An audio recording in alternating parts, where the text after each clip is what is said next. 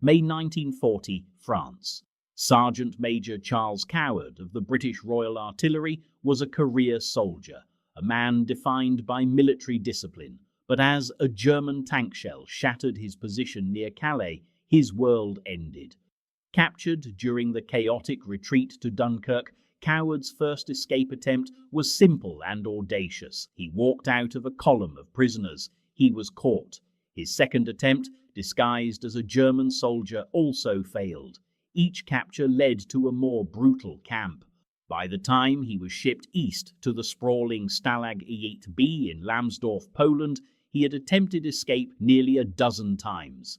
The Germans, exasperated with his relentless defiance, labeled him a problem prisoner.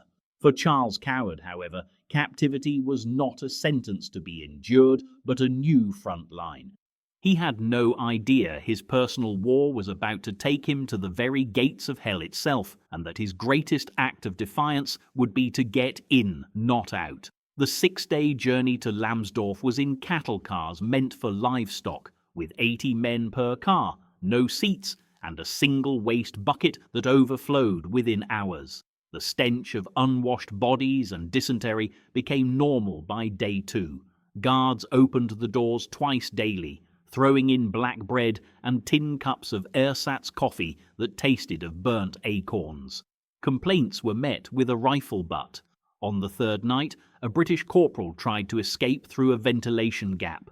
When the train stopped at dawn, guards shot him and left his body on the platform as a lesson. Coward watched the 22-year-old's fate through the slats. After that, the prisoners fell silent, swaying with the train's rhythm, lost in private calculations of survival. Some prayed, others stared.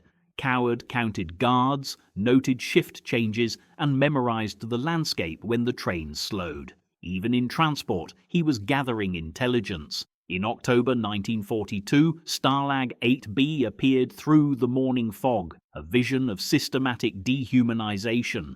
15-foot-high electrified barbed wire stretched in perfect parallel lines, punctuated every 100 yards by guard towers manned with sentries and searchlights.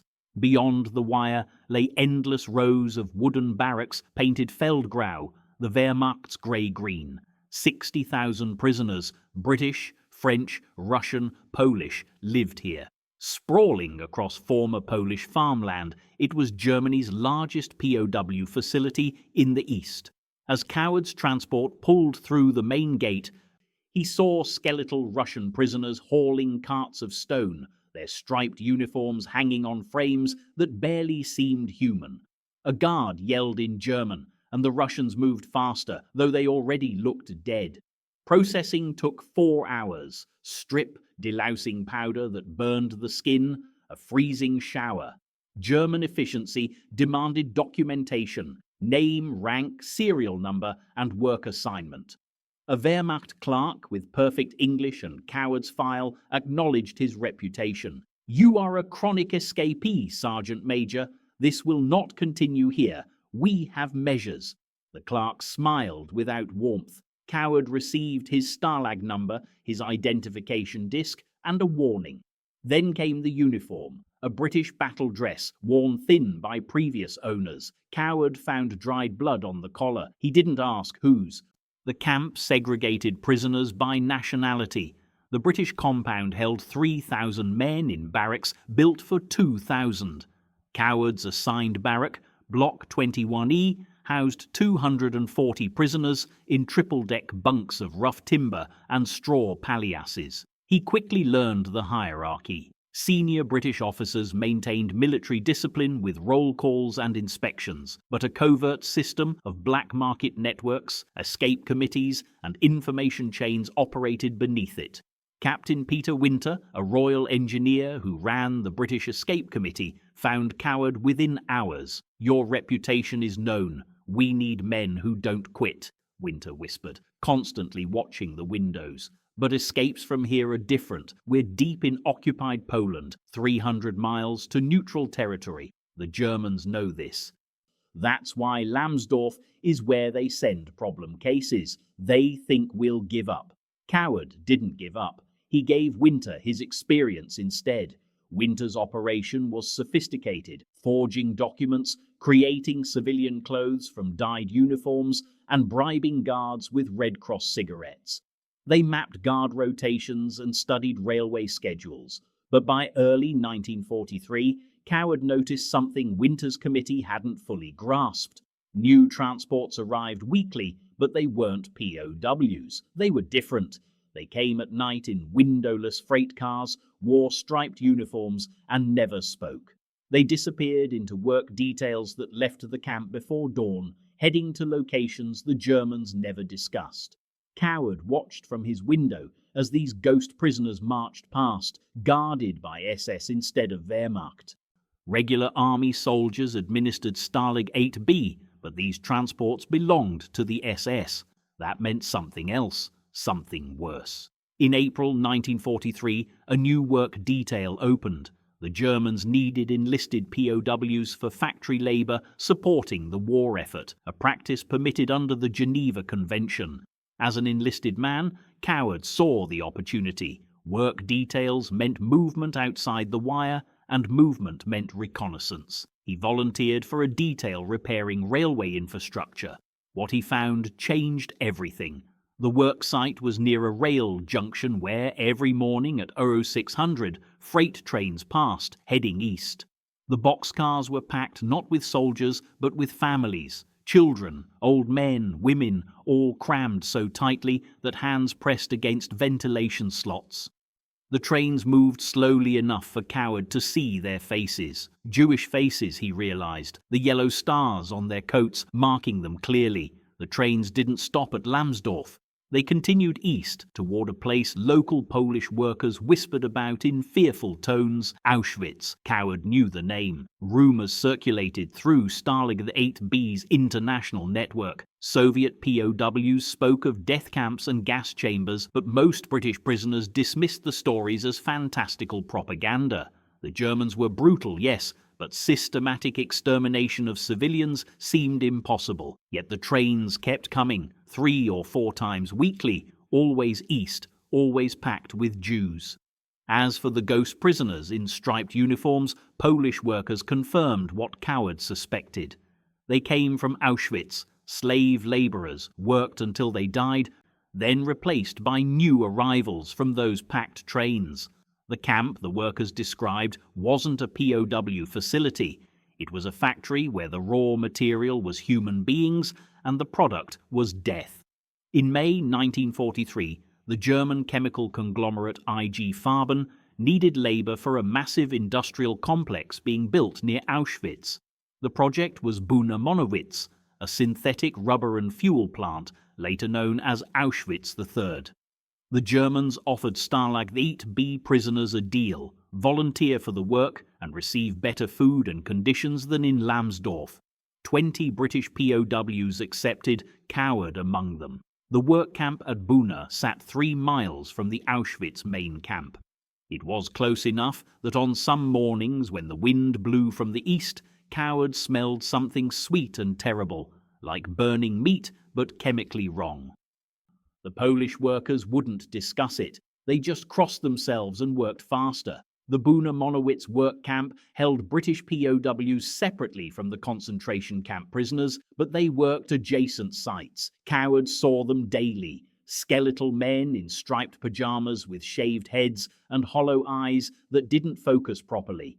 They moved like automatons, hauling materials and digging foundations. When one collapsed, capos, prisoner functionaries, beat him with clubs. If he didn't rise, they dragged him away. Fresh prisoners replaced the dead within hours. The turnover was constant, mechanical, and efficient. This wasn't labor, it was murder by exhaustion, dressed in industrial camouflage. The British POWs received Red Cross parcels, bunked in weatherproof barracks, and got adequate rations. The contrast was obscene. Coward watched Auschwitz inmates fight over potato peelings the British prisoners discarded. He saw one risk death to grab a cigarette butt. He watched SS guards shoot a man for stopping to rest, then leave the body in the sun for 3 days as a warning. The industrial plant rose around this carnage. its concrete mixers and steel frameworks a testament to German efficiency, building something massive while destroying human beings as if they were expendable components. In June 1943, Coward made forbidden contact, punishable by death for both parties, with a Polish Jewish inmate named David. A former university mathematics teacher from Krakow, David spoke English. When David collapsed near Coward during a work detail, a capo approached with a club. Coward intervened, creating a plausible lie that he needed David to translate instructions for Polish civilian laborers. It worked. David stood, his eyes meeting Coward's for 3 seconds. In them, Coward saw intelligence, desperation, and hope. That evening, David managed to whisper near the worksite fence, "You can move freely. We cannot. You have papers, identity. We have nothing. You could go where we cannot. Tell the world what happens here." Then David disappeared back into the mass of striped uniforms before guards noticed. That night, Coward understood his mission had changed. David was right. Simply escaping back to Allied lines was no longer the sole objective. Coward had resources the inmates lacked: military status under the Geneva Convention, identity papers, and the ability to move through certain areas without immediate execution. What if, instead of just escaping, he used those privileges? What if he went in? The idea was insane, and every instinct screamed against it. But Charles Coward had spent 3 years refusing to accept captivity. He'd escaped a dozen times, been caught and beaten, yet his objective had always been personal freedom. Now, standing in the shadow of Auschwitz's chimneys, freedom seemed insufficient. Information mattered more, evidence mattered more. Someone from the outside needed to witness the inside and escape to tell the truth. In July 1943, Coward began his reconnaissance. From the Buna Monowitz camp, he could observe the layout of Auschwitz's outer perimeter: barbed wire, guard towers, electrified fencing, but also railway sidings and gates where transports arrived. Access was controlled by SS guards, but civilian workers and contractors passed through checkpoints with proper papers. Coward watched the patterns: morning shift changes, document inspections, the brief chaos when multiple work details converged at gates. Every system had gaps. Even German efficiency created seams. He just needed to find them. The question wasn't whether he could get inside Auschwitz, but what he would do once there and how he would get out again. Witnessing wasn't enough. Coward needed to bring back evidence, testimony, proof that would make the unbelievable real. The trains kept arriving 3 times that week alone. The chimneys kept smoking, and Coward kept watching, planning, calculating. His war had started in May 1940, trying to escape German captivity. 3 years later, at the gates of hell itself, his war was about to require the opposite. Breaking into Auschwitz would be his most dangerous mission, but surviving long enough to tell the world what he found inside, that would be his greatest escape yet, the one that mattered most.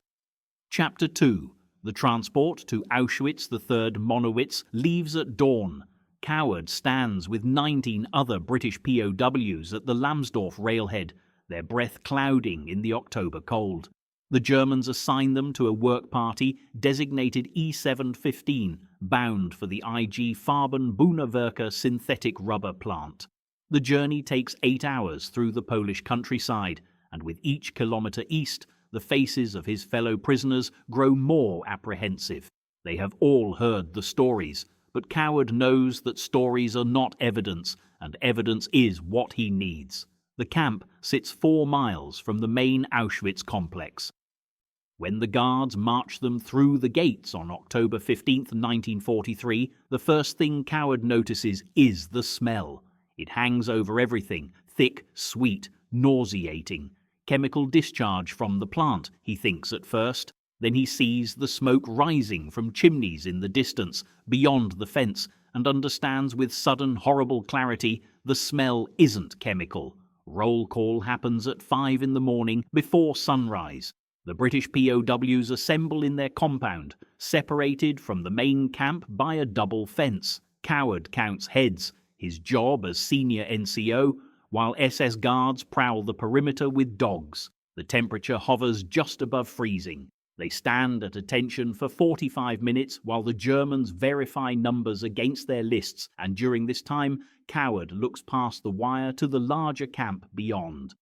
Thousands of figures in striped uniforms stand in identical formations, skeletal forms swaying in the pre-dawn darkness. Their roll call takes much longer. He watches guards beat prisoners with rifle butts for unknown infractions. A man collapses. The guards drag him away.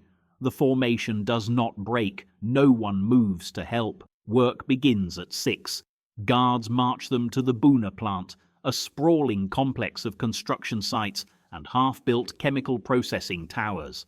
IG Farben is building this facility to produce synthetic rubber and fuel for the German war machine, and it requires an enormous workforce. The British POWs work as skilled labourers, electricians, welders, carpenters. Coward's background in engineering gets him assigned to structural steel installation. But the bulk of the labour force consists of the prisoners in striped uniforms, thousands of them doing the brutal unskilled work, hauling cement bags, digging foundations, laying pipe through frozen ground with their bare hands. Coward works alongside a Polish foreman named Bronek, a civilian contractor who speaks broken English. By the end of the first morning, he learns that the striped prisoners are Jewish inmates from the main Auschwitz camp, selected for slave labour because they are strong enough to work. The weak ones do not come to Buna. When Coward asks where the weak ones go, Bronek looks away and says nothing, but his silence is answer enough. During the lunch break, 30 minutes of watery soup, Coward watches the Jewish prisoners eat.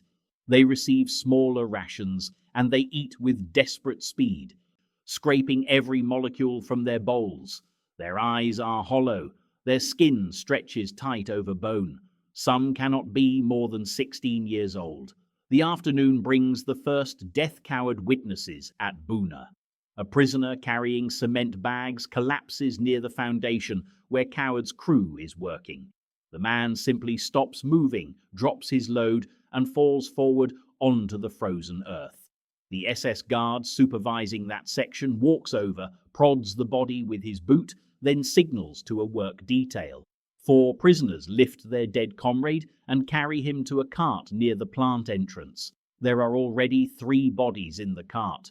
The work continues without pause. No one speaks. Coward's hands grip the steel beam he is positioning, and he forces himself to keep working, to observe, to remember. Reaction will accomplish nothing.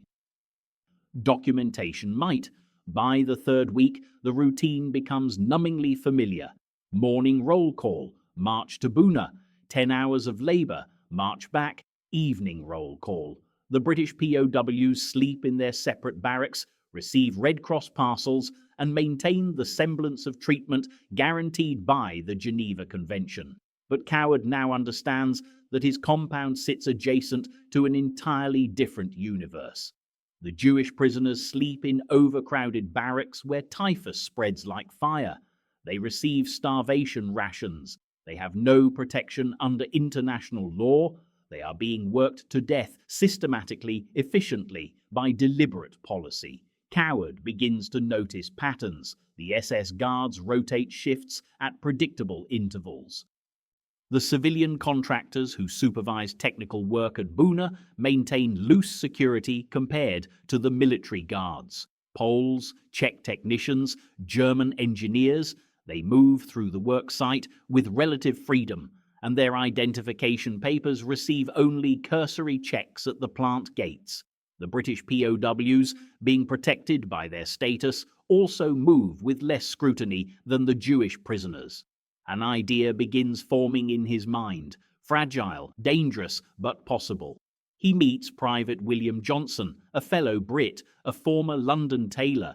Johnson has noticed that some of the civilian contractors wear similar clothing. Work coveralls, cloth caps, identification badges pinned to their chests. Could make a set of those, Johnson says quietly one evening, examining a Polish worker's uniform from a distance. Given the right materials, Coward files this information away. He meets Lance Corporal Davies, who speaks fluent German from his time working in Hamburg during the 1930s. Davies can mimic the regional accent perfectly, could potentially pass as an Austrian or Sudeten German if necessary. Another piece of the puzzle, and there is Corporal Harper, who worked for the Birmingham Railway before enlisting and who has an uncanny ability to memorize schedules and timings. Guard change happens 7 minutes past every hour, Harper tells him. Like clockwork, German precision. The turning point comes 6 weeks into Coward's time at Buna. He is working near the camp's western fence line, installing electrical conduit, when he sees something that makes his blood turn to ice water.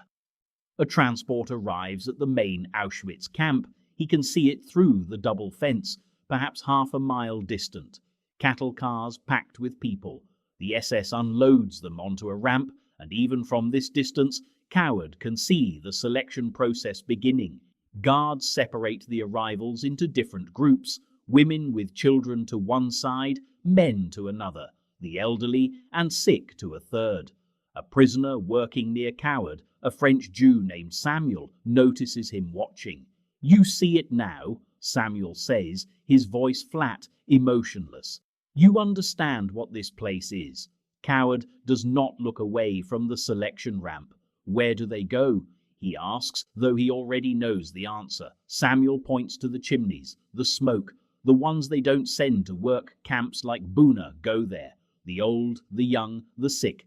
They arrive in the morning, and by afternoon they are smoke.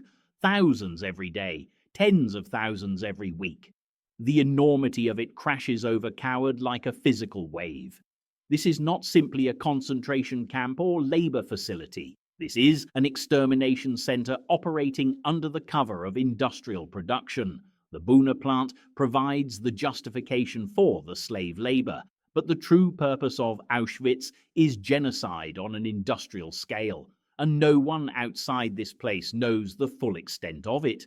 The British government knows about concentration camps, about harsh treatment of Jews and political prisoners, but this systematic annihilation, the world has no idea.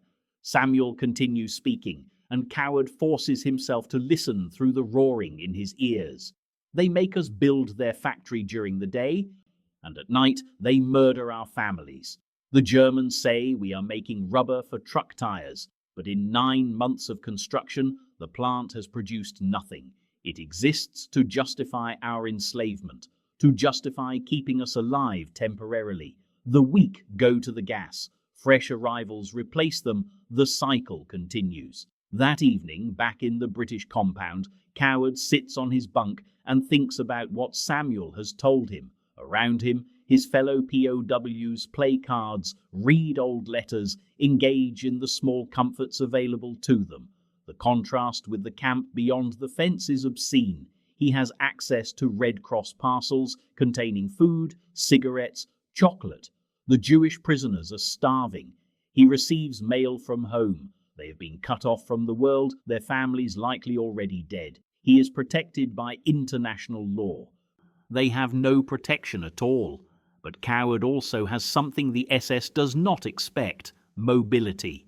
As man of confidence and senior NCO, he has legitimate reasons to communicate with German administrators, to move between different sections of the compound, to supervise work assignments. He has access to materials through Red Cross parcels that could be traded or repurposed. He has British POWs with useful skills: tailoring, languages, engineering. And most importantly, he has something that the Jewish prisoners cannot risk: the relative safety to attempt resistance. If he is caught smuggling or spying, the worst that happens is punishment within the POW system: solitary confinement, reduced rations, transfer to a punishment camp. Harsh, but survivable. If a Jewish prisoner is caught in any form of resistance, the punishment is immediate death, often preceded by torture to extract information. Coward makes his decision that night. He cannot stop the extermination. He has no illusions about his power to halt the machinery of genocide. But he can bear witness. He can document. He can smuggle evidence out and ensure that when the war ends, and it will end, he is certain, the world will know exactly what happened here. The SS may control who lives and dies within these fences, but they cannot control whether their crimes remain hidden. The next morning at Buna, Coward approaches Samuel when the guards are distracted. "I need to know everything," he says quietly. "The numbers, the methods, the locations, everything about the main camp." Samuel studies him with eyes that have seen too much death to trust easily. "Why? What can you do?" "I can get information out, back to Britain, to the world." Coward meets his gaze steadily. They will try to hide this when they lose, burn the evidence, destroy the records, kill the witnesses. But if documentation reaches London, reaches Washington, they can't deny it. The truth will survive even if we don't. For the first time in weeks, something like hope flickers across Samuel's gaunt face. "You would risk this? For us?" Coward thinks about the cattle cars, the smoke, the bodies in the cart, the children separated from their mothers on the selection ramp. He thinks about the fact that he wears a British uniform that affords him protection, while Samuel and thousands like him were condemned to this hell for the accident of their birth. The question is obscene in its simplicity. "Yes," he says, "I would risk it." Chapter 3. Late 1943. Arbeitskommando E715, Auschwitz. The moment Sergeant Major Charles Coward stepped into the subcamp adjacent to Auschwitz III Monowitz, the scale of the horror became clear. He and his men were Allied POWs, protected, however tenuously, by the Geneva Convention. But just across the wire were tens of thousands of Jewish prisoners treated as less than human, systematically worked to death or sent to the gas chambers of nearby Birkenau. Coward watched them being beaten, starved and murdered with chilling regularity by the SS. His breaking point was not one single event, but the daily, soul-crushing atrocity. He made a vow he would not be a passive witness. Using his fluent German and his official POW status, which gave him a bizarre level of authority, he decided to turn the Nazis' own bureaucracy against them. He would not escape himself. He would become an escape artist for others, a one-man rescue operation inside the deadliest place on Earth. The morning of December 7th, 1943, delivered the catalyst that transformed Coward's seething rage into calculated action. A work detail of Jewish prisoners shuffled past the British compound at dawn, skeletal figures in striped uniforms that hung like shrouds on their wasted frames. One man collapsed 15 feet from where Coward stood. The SS guard didn't break stride. He simply drew his pistol, fired once into the back of the fallen prisoner's skull, and continued walking. The other prisoners kept moving, their eyes fixed forward, because looking back meant joining the corpse in the mud. For 6 hours, the body lay there. Workers from the IG Farben construction site stepped over it, and SS officers walked past without a glance. As Coward watched the blood darken in the December cold, something crystallized in his mind. He had been thinking of escape, planning routes, timing patrols, calculating distances. It was every captured soldier's duty. But that calculation was suddenly, violently irrelevant. He was a Warrant Officer Class 2 with POW privileges. He received Red Cross parcels. He could move with relative freedom within the work camp. He spoke German fluently, a skill from childhood thanks to his German-speaking mother. The SS guards even consulted him about civilian worker assignments because the British POWs supervised some labourers at the Buna Werke synthetic rubber plant. He had access, mobility and credibility within the insane bureaucracy of this death factory, and he was using it all to save his own skin while thousands died daily within rifle shot. The realization hit with physical force. His hands gripped the wire fence, knuckles white, as the enormity of his unique position became undeniable. He wasn't just another prisoner plotting escape, he was a British NCO with unprecedented access to the machinery of the Holocaust itself. The calculation reformed instantly. Escaping saved one man, himself. Staying, pretending to comply while sabotaging from within, could save dozens, maybe hundreds. It would probably get him killed, a probability he'd accepted since Calais in 1940. But at least this death would matter beyond his own survival. Coward forced himself to release the fence. He turned away from the corpse, now being dragged toward the crematorium by two prisoners selected for that specific horror. His mind was already working differently. The camp crystallized into a tactical map overlaid with bureaucratic structures he could exploit. Every SS officer became a personality to study and manipulate. Every civilian worker, a potential contact. Every transport, work detail, and administrative procedure transformed from background horror into an exploitable opportunity. The shift was complete. He began cataloguing what he'd been observing passively for weeks. The trains arriving at Birkenau, visible from the British compound. The selections on the ramp. The groups marched toward the crematoria. But also, and this mattered now, the work details that left the camp daily. Jewish prisoners sent to labor at the Bunawerke plant, civilian Polish workers who came and went, the complex system of passes, stamps and authorizations that governed movement in this bureaucratic nightmare. The German he spoke wasn't just useful for understanding orders, it was camouflage, a weapon. SS guards often spoke freely around him, assuming a British prisoner couldn't follow their rapid speech. He'd been collecting information without realizing its value. Guard schedules, transport timings, and the complex relationship between the Wehrmacht-run POW compound and the SS-administered sections. The jurisdictional gaps and bureaucratic confusions were everywhere. Over the following days, Coward's observation became systematic. He noted that SS Unterscharführer Stumpf, who supervised civilian workers at the Buna plant, was lazy and venal. He accepted bribes readily and falsified paperwork to avoid work. Coward had already manipulated him into reassigning British POWs to easier details. Now he saw Stumpf not as an obstacle, but as a tool to exploit. He mapped the daily rhythms with new eyes. The 6 a.m. work details departing, the noon shift change, the evening returns when guards were tired and headcounts became perfunctory.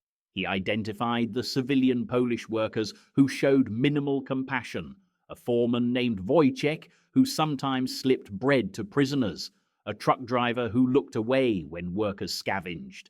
These weren't just decent men, they were potential conspirators. The bi-weekly Red Cross parcels, cigarettes, chocolate, tinned meat, soap were luxuries beyond value. Previously shared for morale, Coward now saw them as currency. Each item could purchase information, bribe a guard, or buy a Polish worker's cooperation in smuggling. He began distributing them strategically, creating networks of obligation and reciprocity.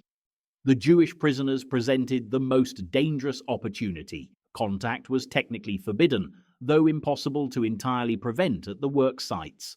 Coward started engineering brief exchanges, a question about a tool, a work instruction delivered in German that allowed momentary proximity. He identified prisoners who spoke English or German and still had the mental clarity that starvation and brutality sought to destroy.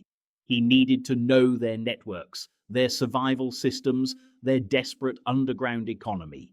One prisoner, a Polish Jew named Yitzhak, who worked as an electrician at the Buna plant, became a crucial contact. During a December work detail, Coward maneuvered close enough to pass him half a sausage from a Red Cross parcel while pretending to inspect wiring. Yitzhak's eyes registered shock, then understanding. He whispered in broken German, "Why?" Coward's response was direct. "Because I can help. I have access. Tell me what you need." The conversation lasted 90 seconds before an SS guard's attention swung their direction, but it was enough. Yitzhak understood. A British POW with privileges was offering assistance. The implications were staggering. For Yitzhak, it might be a trap. For Coward, it was crossing a line from which there was no return. The SS punished any unauthorized contact with Jewish prisoners severely. Being caught actively helping them meant execution, likely after Gestapo interrogation. Coward accepted this with the same cold calculation that had marked his military career. The odds were terrible. The probable outcome was death, but inaction guaranteed that thousands more would die while he saved his own skin. The moral mathematics were simple, even if the execution would be anything but. By mid-December, Coward had assembled the framework of what would become his resistance operation. He identified 4 Polish civilian workers willing to cooperate, motivated by conscience, bribery, and hatred of the Germans. He established coded communication with Yitzhak, and through him, 3 other Jewish prisoners in key positions. He mapped the document systems, the passes required for different areas, the stamps and signatures that authorized movement, the shift schedules that created brief windows of opportunity. He learned which guards were punctilious bureaucrats and which were drunk, lazy, or corrupt enough to wave through anyone with official-looking paperwork. He discovered that the chaos of industrial construction created constant administrative confusion. The jurisdictional tangle between the Wehrmacht, SS, and civilian IG Farben management created gaps where a man with sufficient audacity could move almost freely. The plan forming in Coward's mind was audacious to the point of insanity. He would use his position to create false identities. British POWs would swap with Jewish prisoners at work sites, using the similar striped uniforms and general chaos to temporarily exchange places. The Jewish prisoner, disguised as a British POW under a false identity Coward would create, would return to the relative safety of the POW compound. Eventually, that prisoner could be exchanged or transferred using forged documents. Meanwhile, the British POW, in better physical condition, would survive the work detail, then swap back before evening roll call. It required perfect timing, forged documents, bribed guards, and coordinated deception. Failure was likely, and discovery meant execution for all involved. But it was possible. Coward could see the mechanism with absolute clarity. The Nazis' own bureaucratic obsession would be turned against them. By Christmas 1943, Coward had committed fully. He gathered the few British POWs he absolutely trusted, men proven in combat who had survived years of captivity without breaking. He told them what he planned. Several thought him mad. 2 agreed immediately. That was enough to start. The first attempt would happen in January, when winter weather and reduced SS supervision created optimal conditions. Coward had already begun forging documents, using stolen stamps and practiced signatures. He'd identified the first candidate for rescue, Yitzhak, whose electrical skills and language ability made him the ideal test case. The machinery was in motion. Charles Coward, who could have focused solely on his own escape, had instead chosen to become something far more dangerous, a saboteur embedded in the administrative heart of Auschwitz itself. He would not escape from the camp, but smuggle others out while he remained inside, running his impossible operation under the SS's unseeing eyes. The decision was made. Now came the most dangerous phase, turning desperate theory into operational reality inside the most lethal place the Nazi regime had ever created. Chapter 4, 1944, Auschwitz III Monowitz. Sergeant Major Charles Coward's plan was as brilliant as it was profoundly dangerous. Under the very noses of the SS, in the shadow of the IG Farben industrial complex, he began to save Jewish prisoners. His method was identity swapping, an act of bureaucratic alchemy in the heart of the Reich's machinery of death. Whenever a non-Jewish POW in his work party died of natural causes, Coward would bribe guards to list the cause of death as industrial accident. He would then arrange for the body to be smuggled into the adjoining Jewish camp. There, under the cover of darkness, he would find a Jewish prisoner of similar height and build, swap their clothes, and register the living man as the dead British POW. The newly British prisoner would be transferred back to the main camp at Stalag the 8B, effectively vanishing from the SS's meticulously kept death rosters. To fund this audacious operation, Coward organized the theft of thousands of Reichsmarks from the wallets of dead SS officers brought to the crematoria. He even managed to smuggle messages and damning evidence, including a bar of soap made from human fat, to the Red Cross. He became a legend whispered through the barracks, the Count of Auschwitz who walked through hell with a chilling impunity. But every rescue was a tightrope walk over a chasm of fire. It required meticulous planning, perfect timing, and ice-cold nerve. One mistake, one suspicious glance meant the firing squad, not just for him, but potentially for his entire crew. Coward needed allies. He needed very few. He needed men who could keep secrets when the SS used fists and boots to extract information.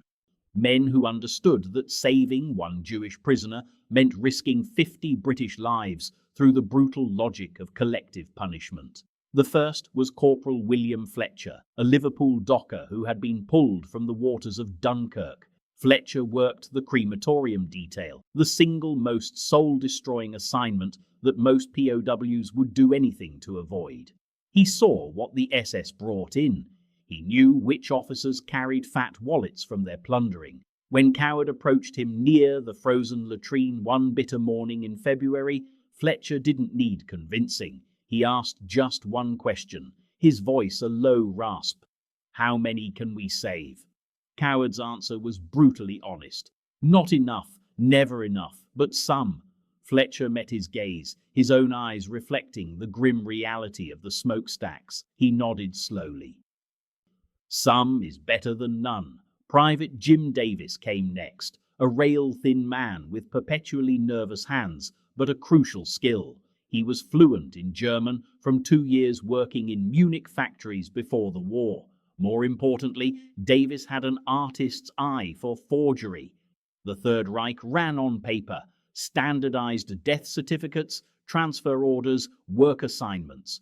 While scrubbing the floors of the camp administration building, Davis studied every piece of paper that passed. He memorized official stamps, the scrawls of signatures, the exact weight and texture of official Reich paper. Coward watched him for 3 weeks before making his move. The approach came during the misery of evening roll call, a whisper behind raised coat collars as the guards barked the count. Davis went white, a flicker of raw terror in his eyes. He stammered and walked away, the proposition too insane, the risk too absolute. But the image of the Jewish prisoners, shadows in striped pajamas, haunted him. 2 days later, he found Coward in the barracks. His hands still shook, but his voice was steady. "When do we start?" The method emerged from weeks of methodical observation, not a single flash of inspiration. Coward watched the daily rhythm of death at Monowitz. British and Commonwealth POWs died from disease, exhaustion, and accidents at the IG Farben plant. Their bodies were registered, recorded, then cremated. Jewish prisoners died by the hundreds each day, worked to death, shot for imagined infractions, or selected for the gas chambers. Their deaths were counted, but their individual identities barely mattered to the SS. The administrative space between those two clashing bureaucracies was the void where Coward would operate. When a British POW died of pneumonia or dysentery, his death certificate went to the camp commandant. The cause of death mattered. Natural causes meant the Geneva Convention rules applied. Industrial accident meant IG Farben might face awkward questions from the International Red Cross. The SS could be bribed to change the paperwork. Coward learned this in March when Corporal Thompson died of typhus. He offered the German clerk 40 Reichsmarks to list it as a scaffolding collapse. The clerk, sensing his leverage, took 60. Thompson officially became an industrial fatality. His body went to Fletcher's crematorium detail instead of immediate burial. That night, Fletcher wheeled Thompson's corpse on a handcart past the wire separating the British compound from the Jewish barracks. Bribed guards looked away, another 20 marks distributed properly. In the sliver of darkness between the sweeping searchlight beams, Coward found his first candidate. A Polish Jew named Mendel, barely in his 20s, with Thompson's height and thin build. Coward had watched him for days. He was stronger than most, which meant he'd survived longer. He was smart enough to hide bread and desperate enough to trust a British sergeant major promising the impossible. In the darkness, Coward whispered the plan. He saw the flicker of utter disbelief in Mendel's eyes give way to a desperate, wild hope. The swap took 4 breathless minutes. Thompson's battle dress on Mendel. Mendel's striped uniform on the cold body of Thompson. Identity tags exchanged. Thompson's body was left in Mendel's bunk, hidden under a thin blanket. When the morning count came, the capo found a dead Jewish prisoner. Routine. The body went to the ovens. Mendel, meanwhile, walked into the British compound wearing Thompson's tags. To the SS, he was Corporal William Thompson, British POW, now assigned to a new work detail. The paperwork forged by Davis's trembling hands stated that Thompson had recovered from his injuries. A transfer order sent him to Stalag the 8B for further medical treatment. The SS barely glanced at him. One British POW looked much like another. Mendel vanished into the vast German POW system. The Geneva Convention now protected him. The Red Cross could track him. He would survive. One life saved. The plan worked because of its sheer audacity. The SS couldn't conceive of it. British POWs smuggling Jewish prisoners out of Auschwitz, one corpse at a time. It was invisible because it was unimaginable, but the operation required a constant flow of money for bribes to guards, clerks, and capos. Forged papers needed proper stamps, stolen from administration offices. Every single swap cost between 150 and 200 Reichsmarks. Coward's solution was coldly practical. SS officers working the crematoria often helped themselves to valuables, gold teeth, rings, wallets, from Jewish prisoners before the bodies were burned. Fletcher, working the detail, watched where they stored their takings, a lockbox in the changing room. On a Tuesday in April, Fletcher forced the box with a bent spoon handle. Inside were 700 Reichsmarks and a gold watch. He took the cash, leaving the identifiable watch. The theft went unreported. To report it would be to admit what the box contained. Over 4 months, Fletcher stole more than 3,000 Reichsmarks. The money funded 18 successful identity swaps, 18 lives pulled from certain death. The close call came in June. Coward was wheeling the body of a Private Harrison, dead of heart failure, past the wire. A new SS officer, arrogant and suspicious, transferred from Birkenau, stopped him. He demanded to know why a British corpse was being taken toward the Jewish section. Coward's German was functional, his lies better. Medical inspection, ordered by the commandant. Concerns about typhus. The officer wasn't convinced. He grabbed Coward's arm, his grip like iron. Papier! Coward had none. The operation nearly ended right there. Fletcher appeared from the shadows, carrying a clipboard Davis had stolen, replete with official-looking forms. Fletcher's German was worse than Coward's, but his tone was perfect. Bored, bureaucratic, annoyed at the interruption. The SS officer snatched the clipboard, studying the papers, the stamps, the signatures. He looked from Coward's stonewall face to Fletcher's weary impatience. Seconds stretched. The searchlights played over them. Coward's heart hammered against his ribs, but his face stayed a blank mask. Finally, with a grunt of frustration, the officer shoved the clipboard back and waved them through. Coward walked the next 30 meters, expecting a bullet in his back. It never came. In the Jewish barracks, he found his candidate, a rabbi named Levi, who spoke 6 languages. The swap took 3 minutes. Coward's hands didn't shake until long afterward. That night, he made a decision. The swaps were working, but they weren't enough. The world needed proof. In July, He volunteered for a work detail cleaning administrative offices, pocketing carbon copies of deportation orders and death counts. He broke into an SS supply cabinet and stole a bar of soap, manufactured at Auschwitz from rendered human fat, physical evidence of industrial genocide. He hid it in his jacket lining and began writing detailed observations, coded inside a hollowed-out Bible. In August, during a staged Red Cross inspection, Coward bribed a guard to pass a note to the Swedish representative. The message was simple: evidence exists. Private meeting requested. The Swede was skeptical but intrigued. They met for 4 minutes near the latrine. Coward handed over the soap and a page of transport and death figures. The representative went pale. "How?" Coward told him the truth. "I've been inside Birkenau. I've seen the crematoria. This is happening." The representative took the evidence, promising to deliver it. Coward never knew if he did, but he had tried. By September, he had saved 23 men.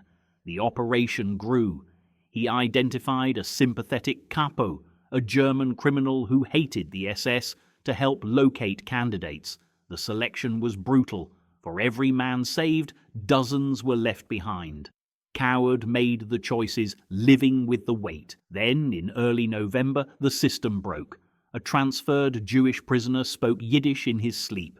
A guard understood and reported it. The prisoner was interrogated. He broke, telling them everything. Coward learned of the investigation from a bribed guard. The operation had to stop instantly. Evidence was destroyed, the hollowed Bible tossed into the latrine pit. For 2 weeks, Coward waited for his arrest, but the SS investigation stalled. The prisoner who talked disappeared, likely shot. The trail went cold. Coward knew his time was up. The SS were suspicious. In late November, he planned to escape, not for freedom, but for testimony. On December 3rd, 1944, during a work detail repairing railway tracks in heavy snow, his chance came.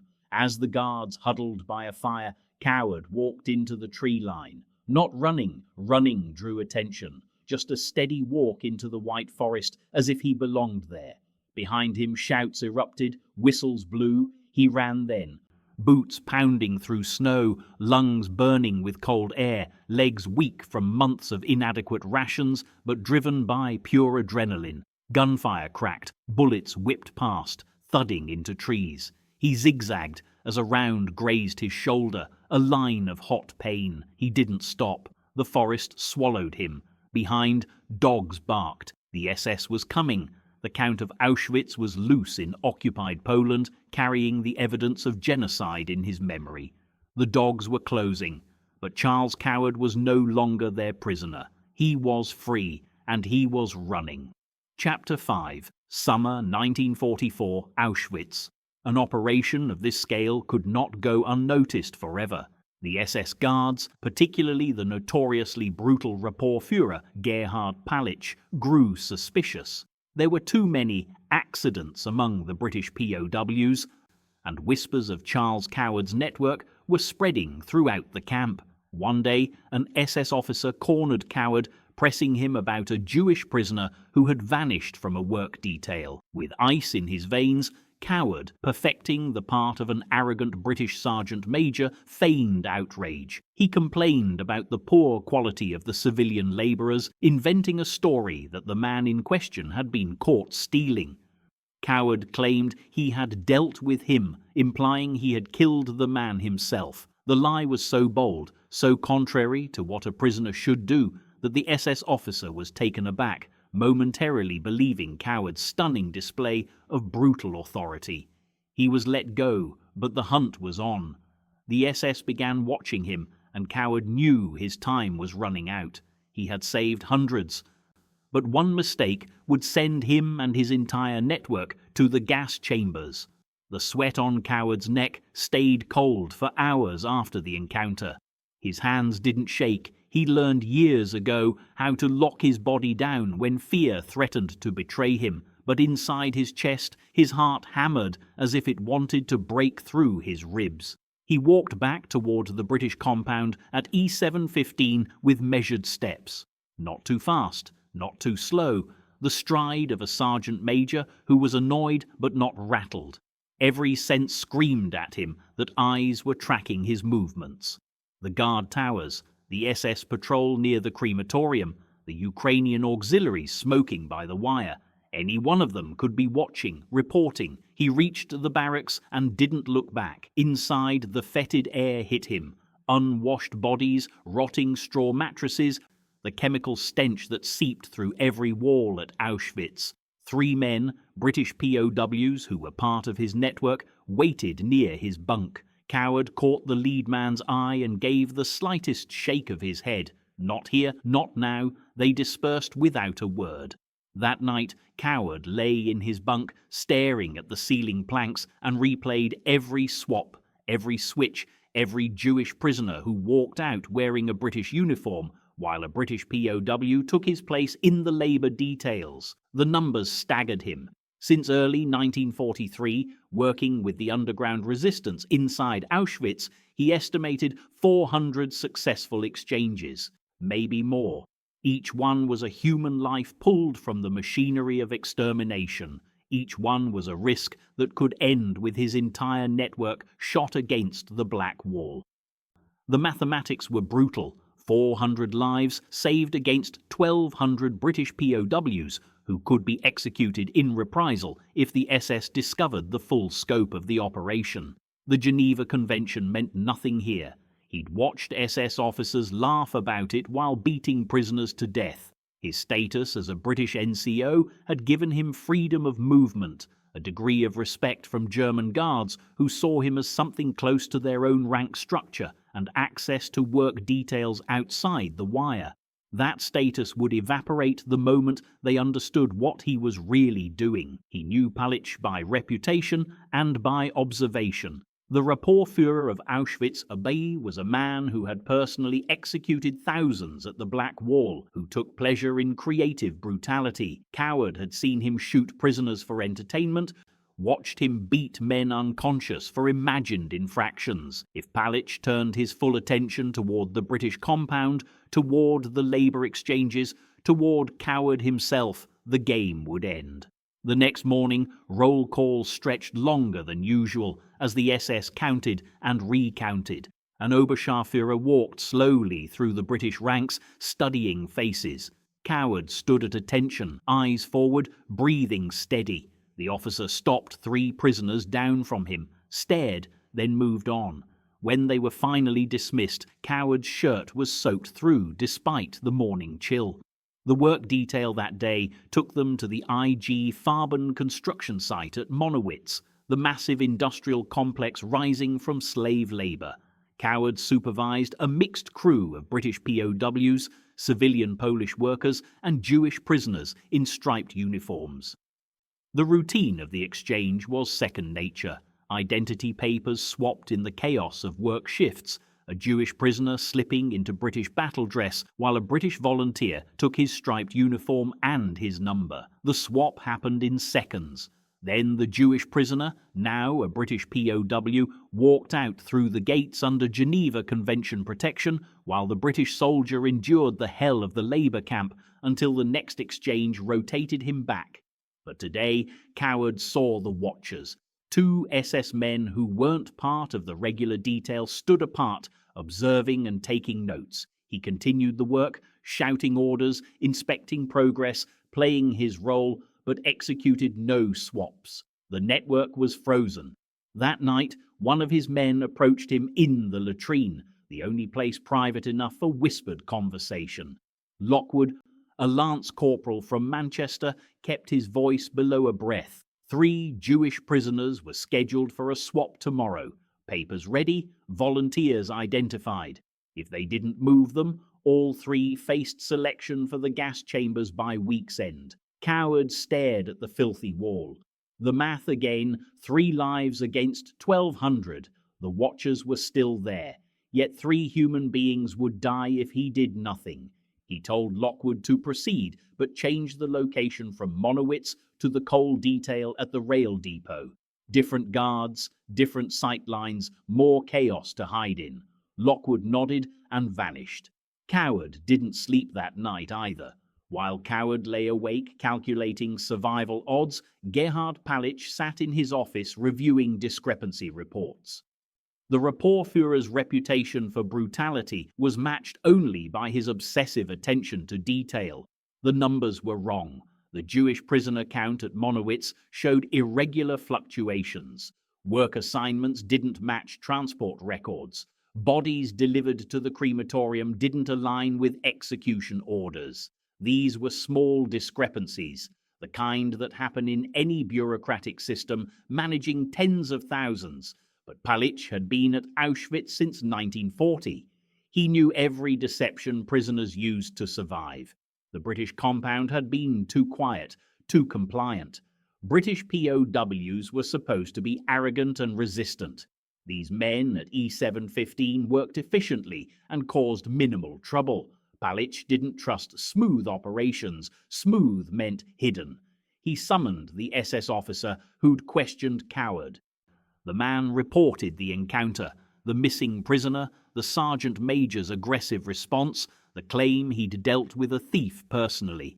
Palitsch listened without expression, then asked the critical question, "Did the sergeant major seem nervous?" The officer hesitated. No. Angry, yes. Offended at being questioned, but not nervous or evasive. This bothered Palitsch more than fear would have. An innocent man shows nervousness when questioned by the SS. That's natural survival instinct. A man who shows anger instead is either genuinely innocent or exceptionally well trained at deception. He ordered increased surveillance on the British compound, adjusting guard rotations to include his most observant men. Work detail assignments were to be personally approved by him. Any irregularity was to be reported directly. By evening, the net had tightened around E7115. Palitsch also requested the complete roster of British POWs, cross-referenced with their work assignments and the parallel data for Jewish prisoners in the same labor details. Spreading the documents across his desk, he began comparing. The patterns emerged slowly. Slight drops in Jewish prisoner counts, spikes in British POW sick reports, and reassignments clustering around the same periods. None of it was proof, but all of it was suggestive. Palitsch had executed thousands, but he took professional pride in uncovering resistance networks, in demonstrating that nothing happened at Auschwitz without SS knowledge. He lit a cigarette, his eyes scanning the documents. The British Sergeant Major, Coward, according to the roster, appeared repeatedly, always in supervisory roles with access to both British and Jewish prisoners. Palitsch made a note of the name, then phoned the Gestapo in Katowice. While waiting for a callback, he walked to the window overlooking the camp. Floodlights illuminated the wire. Smoke rose from Crematorium 2. The machinery of extermination ran efficiently, but Palitsch knew that required constant vigilance. Resistance never stopped. The phone rang. The Gestapo had no specific intelligence on Coward, but confirmed rumors of an organized resistance network inside Auschwitz, Jewish underground, Polish contacts, possibly connected to British intelligence. Palitsch hung up. If there was a network, it needed an internal leader, someone with freedom of movement, trusted by both prisoners and guards, someone like a British sergeant major. He drafted orders for the next morning, a full inspection of the British compound, a complete recount of Jewish prisoners in detail supervised by POWs, and immediate interrogation of anyone showing signs of recent identity change. By dawn, the hunt had intensified. The coal detail assembled at the rail depot before sunrise. Coward supervised the formation, clipboard in hand, his manner as efficient as ever. The location was advantageous, its chaos of rail cars, civilian contractors, and prisoners providing cover. The 3 Jewish prisoners and their British volunteer counterparts were in position. The swap required 30 seconds. He watched the guards. 2 regulars and 1 inattentive Ukrainian auxiliary. No watchers. The timing seemed perfect. Then a truck arrived, and 8 SS guards dismounted. Led by an Oberscharführer Coward hadn't seen before, they spread out, watching. The officer approached Coward and demanded the work roster. Coward handed it over without hesitation. The officer began comparing the roster against the assembled prisoners, calling out numbers, checking faces against tattoos. The inspection was methodical. Coward's mind raced. If they recounted the detail against camp records, the numbers wouldn't match. The inspection focused only on the men present. The officer checked each man's papers and tattoos, asking random questions. He was looking for recent additions, for faces that didn't fit. The 3 Jewish prisoners kept their faces blank, their postures identical to every other slave laborer. The officer moved down the line and stopped at a British volunteer, a corporal named Davies. The officer stared at Davies's forearm, where a cuff had ridden up, revealing the faded marks of a temporary tattoo, boot polish and ash used to simulate a prisoner number during a previous swap. He yanked the sleeve higher and demanded an explanation. Before Davies could speak, Coward stepped forward, his voice carrying the snap of command. He explained that Davies had been disciplined 2 weeks ago for trading with civilian workers. The marks were a punishment, Coward stated, applied by him personally to humiliate Davies and deter others. The lie came smoothly, delivered with absolute conviction. The officer looked from Coward to Davies, who, to his credit, dropped his eyes in apparent shame. The moment stretched. The officer finally released Davies's arm and moved on. The inspection concluded, and the SS contingent departed. After waiting 30 minutes, Coward cancelled the swap. It was too exposed. That night, he met with the 9 key men in his network. The situation was clear. The SS were actively hunting them. The margins for error had vanished. Coward gave them a choice: shut down the network or continue with extreme caution. The vote was unanimous. They would continue. 3 lives were still waiting. The gas chambers were still running. Stopping meant surrender. Coward nodded and issued new protocols. No swaps for 1 week to let the scrutiny pass, then resume with smaller rotating operations. The network would survive by adapting, but as the men returned to their bunks, Coward knew time was running out. Palich was closing in and would not stop until he found what he was looking for. Chapter 6, January 1945, The Death March. As the Soviet army closed in, the Nazis liquidated Auschwitz. Sergeant Major Charles Coward, with thousands of other prisoners, was forced on a brutal death march westward. For 3 months, they were marched and packed into open cattle cars in the dead of winter with almost no food or water. Men died of starvation, exposure, and summary execution. Even here, Coward's will to resist didn't break. He used his leadership to keep his small group of British POWs together, sharing scraps of food and forcing men to keep moving when they wanted to die. Finally, near Munich, they were liberated by advancing American forces. As a US officer stared at his emaciated frame, Coward made a simple, urgent request. He didn't ask for food or a hospital, but for a pen and paper. He had to write down every name, date, and crime he had systematically memorized. He survived not just for himself, but to bear witness. The march grinds on through Bavaria in late April. Coward weighs perhaps 90 pounds, and his dysentery has returned with a vengeance. Every step leaves him dizzy. The British POWs number 11 now.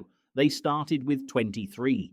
The others lie in ditches across Poland and Germany, shot for falling behind or dead from typhus. The guards grow more nervous each day as artillery, American artillery, rumbles from the west. The SS officers argue among themselves about ever-changing orders, march the prisoners deeper into the Alps, turn north toward Dachau, or disperse them and disappear. The chaos creates one final obstacle Coward never anticipated. His own guards might kill them all to eliminate witnesses. April 29th. The column halts outside a village near Moosburg. The SS Hauptsturmführer in charge receives new orders by motorcycle courier, his face whitening as he reads. He calls his subordinates together. Coward watches, collapsed against a fence post. After 5 years as a POW, he understands enough German. The order is clear: liquidate all prisoners and leave no evidence. The Hauptsturmführer looks at the ragged lines of 2,000 men, barely alive, from a dozen nationalities, mostly British and French POWs mixed with political prisoners and forced labourers. He glances towards the tree line where they could be marched, then to the western horizon, where American tanks would appear within hours or days. The guards begin separating prisoners into smaller groups of 20 or 30, the standard execution technique Coward knows from Auschwitz. Small groups into the woods, machine gun bursts, shallow graves. Move to the next group. He forces himself to stand, his legs shaking but holding. The 11 British POWs gather around him without being told. They have followed his leadership for 3 months through hell, and they will follow him now. Private Morrison asks the question with his eyes. Coward has no answer. They are too weak to fight or run. The tree line is 200 meters away. They would make it 50 before collapsing or being shot. An SS corporal, maybe 19, approaches their group, his MP-40 submachine gun hanging loose. He gestures towards the trees with his head. Coward does not move. The corporal's hand tightens on the weapon. Coward meets his eyes and speaks in German, his voice clear and steady despite his physical state. He states his name, rank, service number, and the date. He informs the corporal that based on the artillery, the Americans are less than 5 kilometers west. He tells him that in 2 hours he will either be a war criminal or a soldier who behaved correctly under the Geneva Convention. He tells him to choose wisely. The corporal's finger moves to the trigger guard. Coward doesn't flinch. Behind him, the other British POWs stand straighter, ready to die on their feet. The corporal is shaking, not from fear, but from the impossible choice: follow orders and become a murderer, or disobey and face his own execution. The moment is suspended. Coward's vision darkens at the edges, but he locks his knees and does not sway.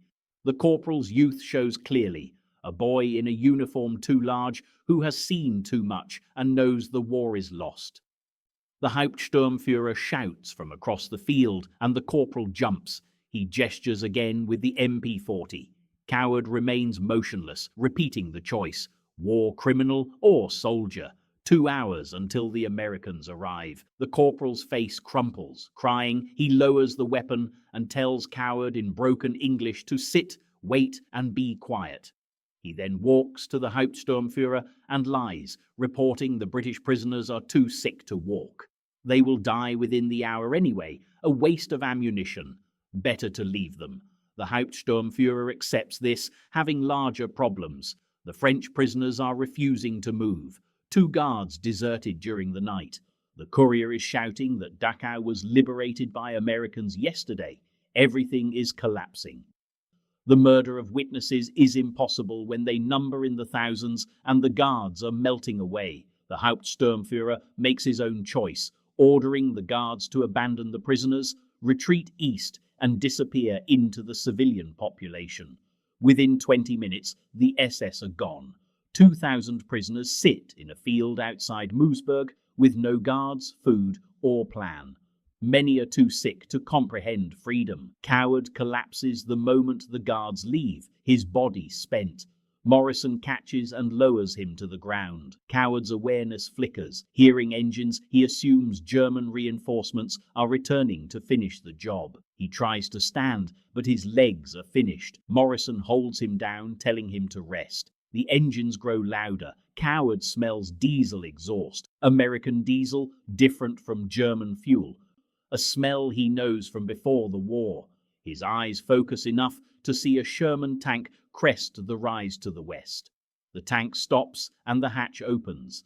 An American lieutenant stands up, staring at the scene. 2,000 skeletal figures in rags sitting in a field. No guards, no fence, just remnants of humanity waiting. The lieutenant climbs down and walks toward the nearest group, his face a mask of shock. He has seen photographs, but never in person, never this many, and never alive. He reaches a French political prisoner weighing perhaps 70 pounds. The lieutenant tries to speak, but no words come.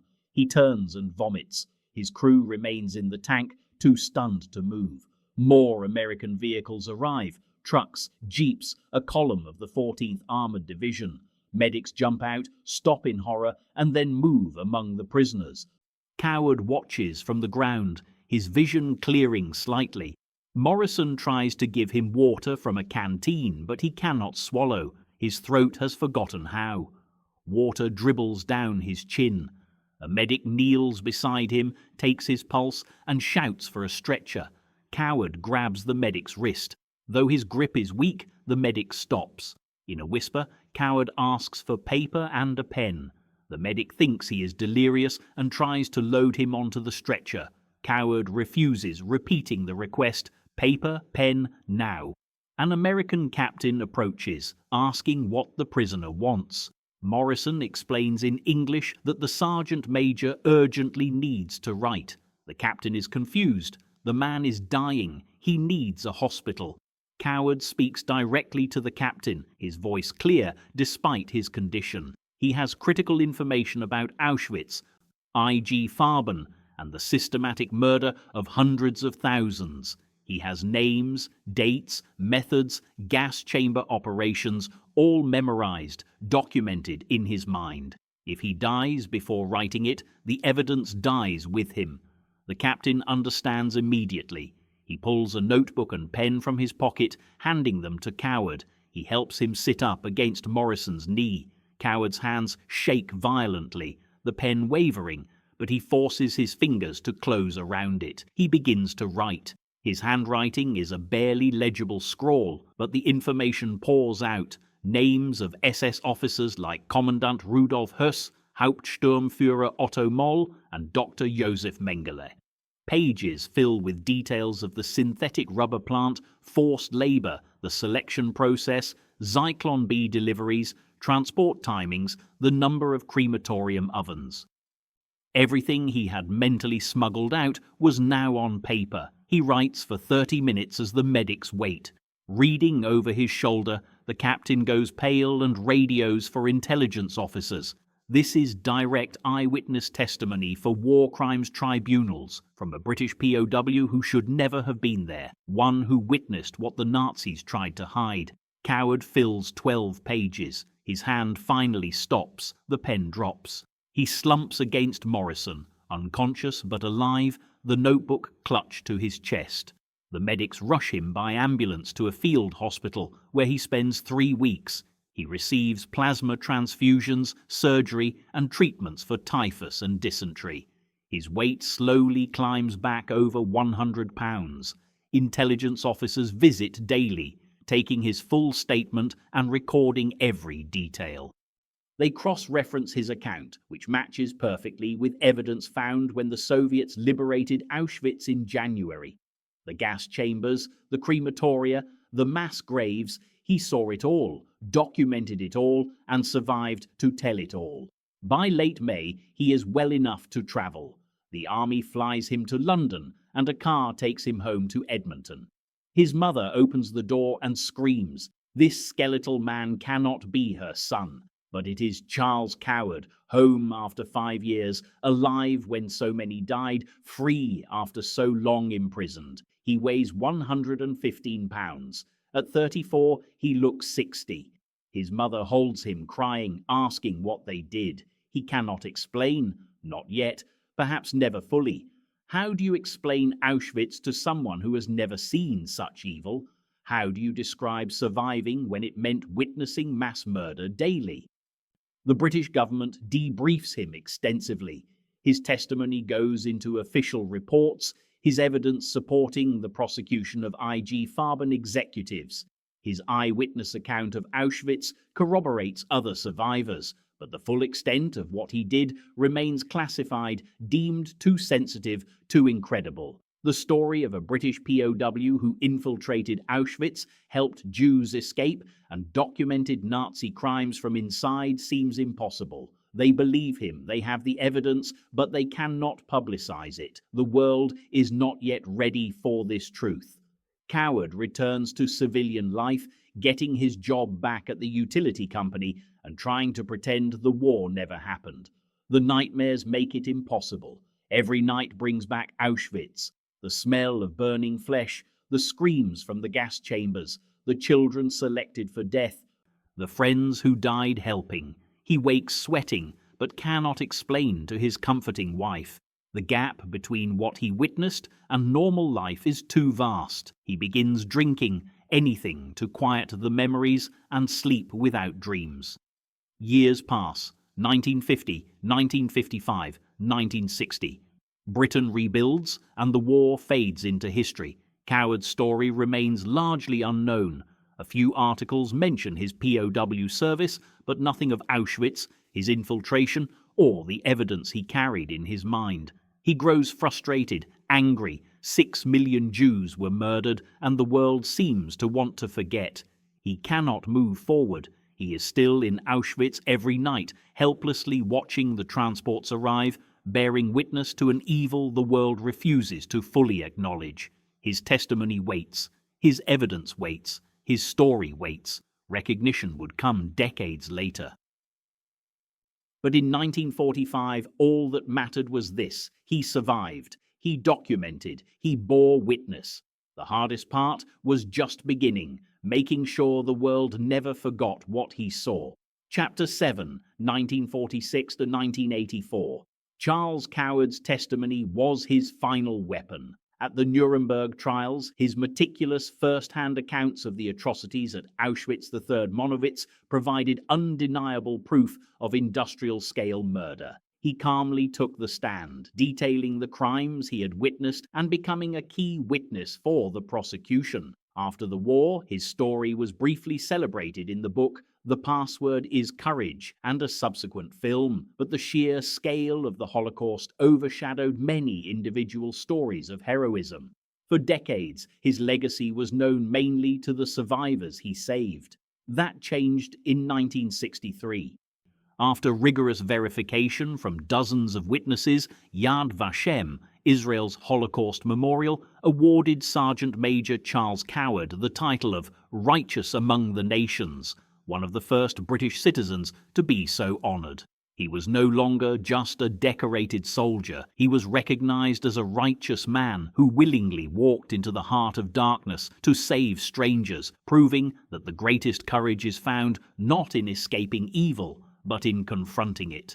The Nuremberg testimony lasted 3 days. In November 1946, Coward sat in the witness box in his British Army uniform, its ribbons speaking to years of service and captivity. The prosecution needed eyewitness accounts from non-Jewish observers to counter defense claims that the camps were merely labor facilities. Coward delivered.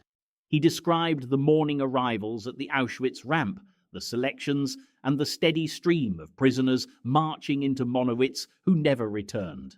He detailed the construction of the IG Farben-Bühne works, built with slave labor that was worked to death and continuously replaced. When defense attorneys challenged his estimate of deaths, he had calculated 4,000 per week through systematic observation.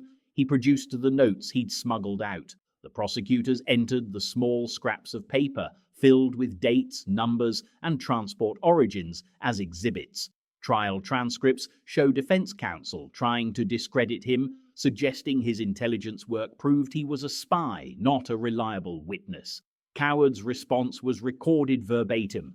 "I was a prisoner of war doing my duty. What I witnessed was murder on an industrial scale. Those are the facts." His testimony was crucial in establishing that knowledge of the extermination program extended beyond the SS to civilian contractors like IG Farben, who knowingly participated in genocide. After 3 days, Coward was dismissed and returned to England to resume a normal life. He found work as a sales representative in the Midlands, married, and had children. The British government awarded him no special recognition for his Nuremberg testimony. Intelligence work was expected of British POWs. He received standard POW medals and nothing more. When John Castle's book The Password is Courage was published in 1954, it brought brief attention. A 1962 film starring Dirk Bogarde followed, compressing his story into an adventure film. Coward attended the London premiere and later told a journalist that while the film got the escapes mostly right, it missed the point entirely. The point was not his cleverness, but the men and women he had failed to save. The nightmares, he explained, weren't about close calls with SS guards, but about the faces of people he had promised to help but couldn't reach before they were gassed. The film, which faded from distribution, failed to show that reality, overshadowed by more palatable POW narratives like The Great Escape.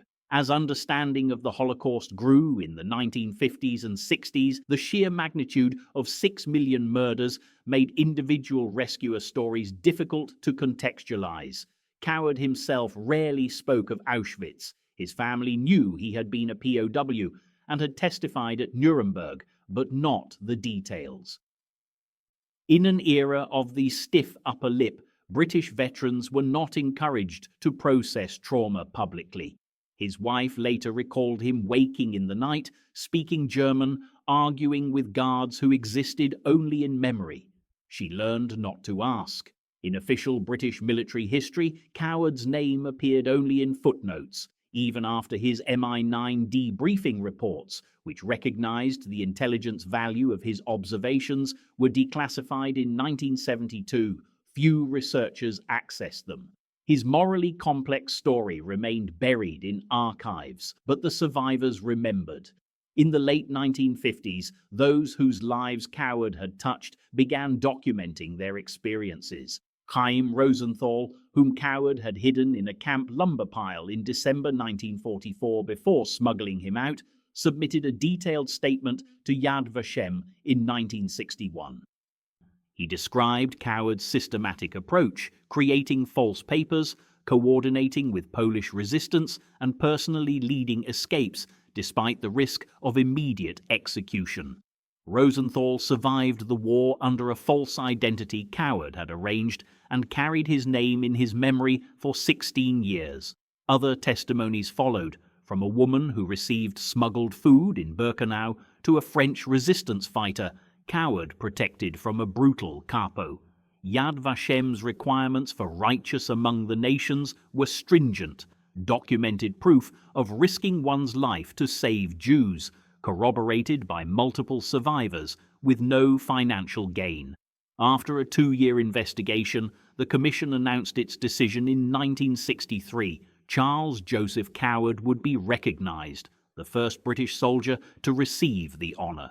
The ceremony in London was small, with Israeli embassy officials presenting the medal. Press coverage was minimal.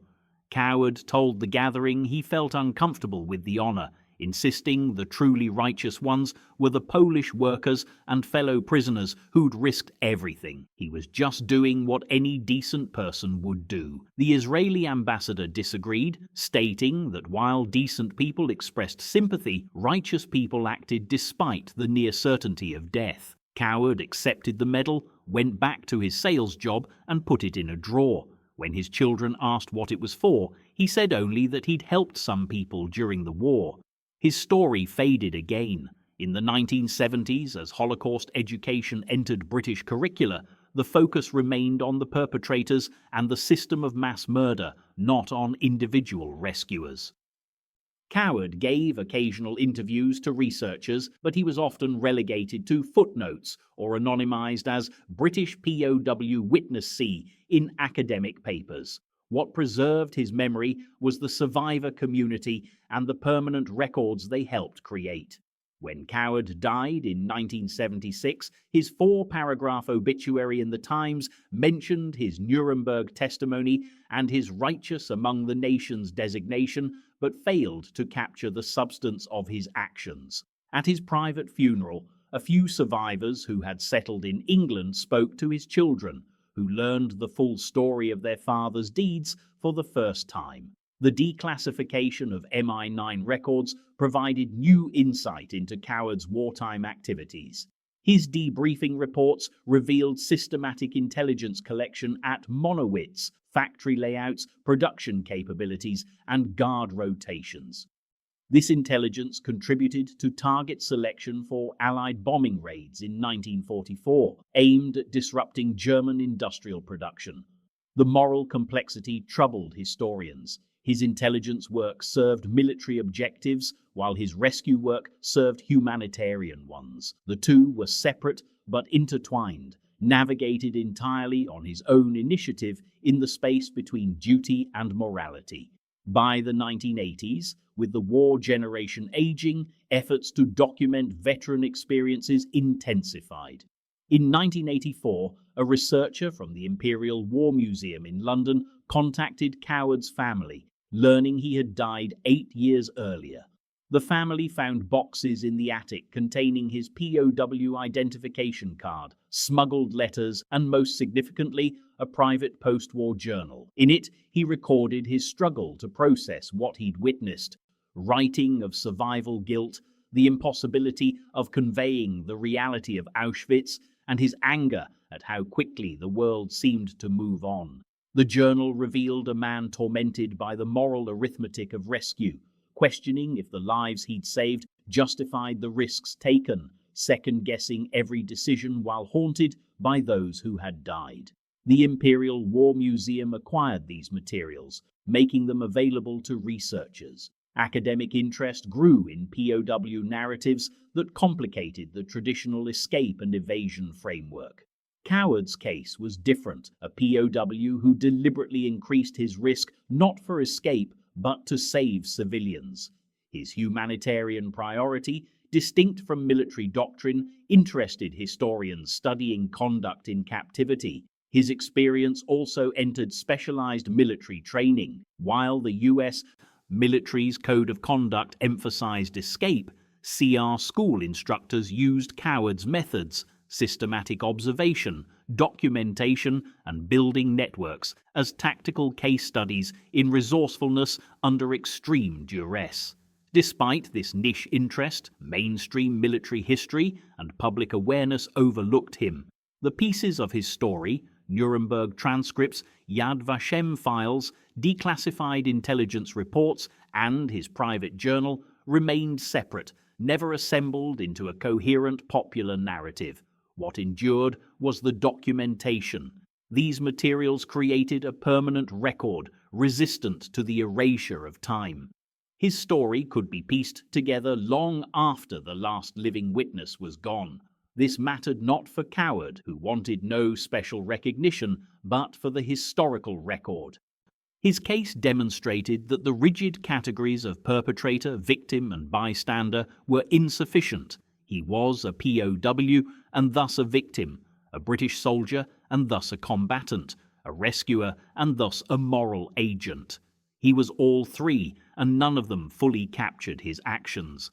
The archive box at the Imperial War Museum bears his name, Charles Joseph Coward, 1905 to 1976.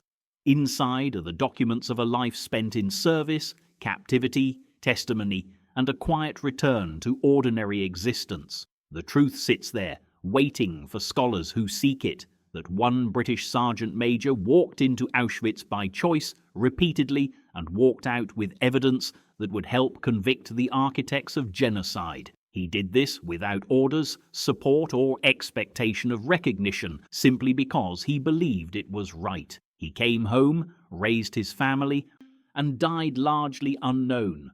The medal in his drawer said, "Righteous among the nations." The man who earned it said he'd only done what was necessary. The record preserves what memory might have lost.